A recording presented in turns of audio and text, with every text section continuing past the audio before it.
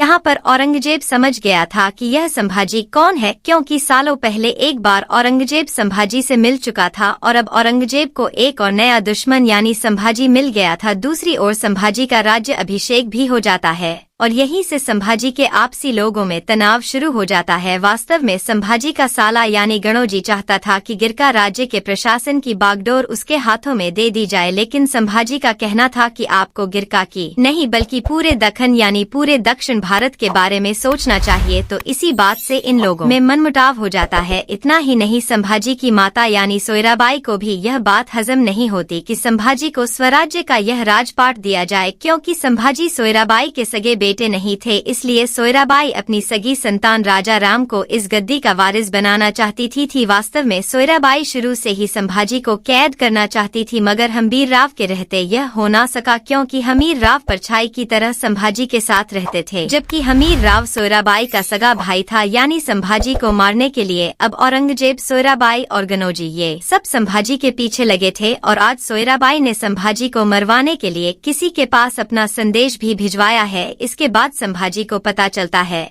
कि मिर्जा अकबर ने संभाजी से अकेले में बातचीत करने के लिए बुलाया है। जानकारी के लिए बता दो कि यहाँ आप लोग मिर्जा अकबर को महान अकबर से मत जोड़ लेना कि यह मिर्जा अकबर औरंगजेब का दूसरा बेटा था जो संभाजी से मिलना चाह रहा था। यहीं पर एंट्री होती है संभाजी के एक गुप्तचर यानी बहिर की, जो बताता है कि औरंगजेब की 8 लाख सेना की फौज 50,000 घोड़े और 30,000 हाथी किसी को ढूंढने निकले हैं। संभाजी ने बहिर से कहा कि अगर औरंगजेब भटक भी जाए तब भी उसे हमारी ओर भेज देना। इसके बाद संभाजी औरंगजेब के बेटे मिर्जा अकबर से मिलने के लिए जाने वाले थे, लेकिन जाने से पहले संभाजी को पता चल गया था कि वह बाप बनने वाला है, यानी ये सुबाई माँ बनने वाली थी। अब संभाजी सना सेना के ही अकबर से मिलने के लिए आया था। यहाँ अकबर का कहना था कि संभाजी और अकबर दोनों मिलकर औरंगजेब को हराकर पूरे भारत पर राज करेंगे।